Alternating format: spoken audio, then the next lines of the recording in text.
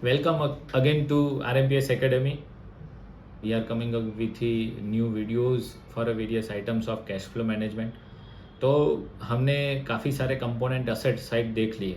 Let's focus on the liability side. तो liability side में जो मेजर आइटम होती है दैट इज़ क्रेडिटर्स की वेंडर्स जिसको हमको पे करना होता है for our operating liabilities.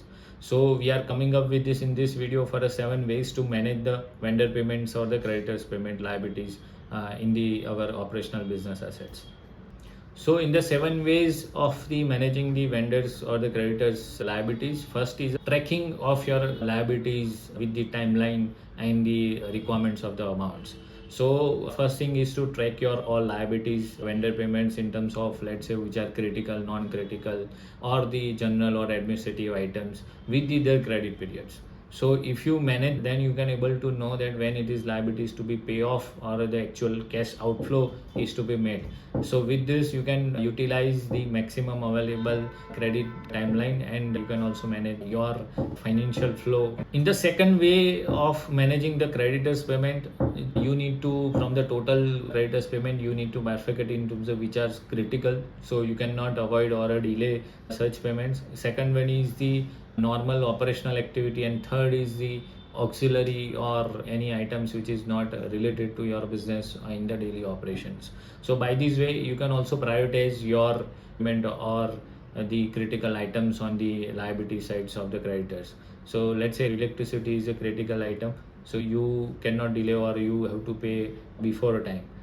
Certain items, let's say operational inventory, which are daily in use for your business, so you cannot hold on your operation for a certain periods. Certain items which are one time use may be critical also, that will fall under critical, but if it is not critical then it will fall under the regular items and might be you can pay them later. Or this management of the classifying your creditors or vendors will help in the better negotiating with the terms with the vendors also. That will come into the later part of this video, but for this time you need to categorize your vendor or creditors into the different aspects of your business. Third way is to negotiate betterly or effectively with the vendors or creditors. So if you have the regular vendor to whom you are giving a business on a regular basis, and it is a critical or non-critical item, available or not available item, so there are many aspects you have to consider before starting the negotiation with the vendors or creditors. So if your vendor or creditors you have the multiple options in the market, then you can take the competitive prices also, and in terms of agreeing to the extended terms of the payment also for the same price.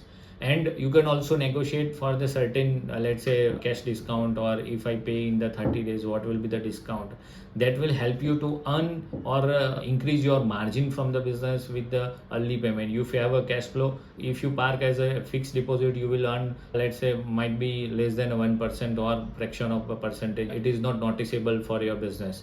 But if you can pay to the vendors in the early and you get a cash discount, let's say 1 or 2%, if you pay in 30 days or after delivery, then it will be more than enough for you to generate a more margin from the same business without doing anything or without increasing the sales. So by this way we need to negotiate the terms of the payment with the vendors effectively, which will also should be standardized with your present market scenario or industry scenario. You can be also innovative terms with the vendors in terms of fractional payments or exchange of some goods or business with them, or committing the more in terms of volume in the coming days or month and getting the discount on base of volume also. So these are the various things you need to take care while negotiating the terms with the vendors. So now the next is the fourth ways to manage the creditors payment, that is vendor payments. So in that we should use the full credit terms wisely, what we have agreed and which is the agreed terms for the payments for the same price. So if you are not agreed for a discount, then use the full credit terms and manage the cash flow to get the more some earnings from the placing that funds to the any other places, any other component of the business, but don't pay in advance without getting a discount. So you can effectively go for that discount. If there is no discount available, go for a full credit terms, credit period of the vendors and pay them on due date. So that will also good for your business to manage effectively and growing your gross margin or a net margin consistently from a efficient utilization of the funds. In the first scenario that we have taken, this is a tracking and tracing. Second one, that we have gone through the categorization of that vendors considering our business operation. Now it is coming to the building a strong relation. So if it is a critical item of your business, you need to have a strong relation with your vendor. So eventuality you need a urgent material, or you need some more credit terms, or there are eventuality you have the more bigger order to serve. Then in that scenario, your relationship with the vendors will help you to grow your business faster in terms of not having the trusted supplier. So let's build a trusted supplier and build a stronger relation as like a customer or employee with the vendors also. So they will help you to grow your business faster. So in the growth of the business, we always come up with some ideas of buying more inventory, more goods, more staff, and that will create some problem in terms of over trading. Over trading means आपको जितना चाहिए था उससे ज़्यादा आपने material का order दे दिया.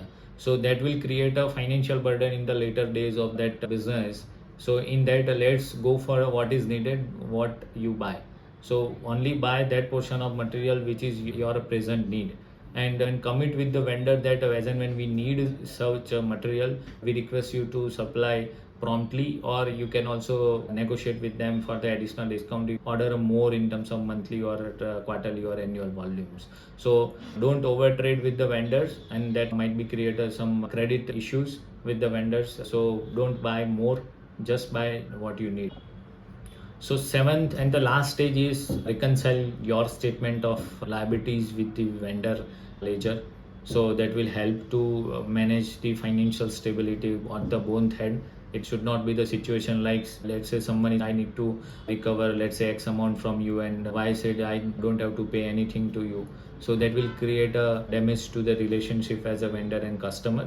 So let's reconcile at least annually for all vendors, and for a critical and the large vendor you can go for a quarterly or monthly reconciliation. And recently various accounting system also helps in reconciling these ledgers and managing the creditors effectively, so that all the balances are payable or receivable are same on the both the side, and both the parties are agreeing into the same with the same data and the information.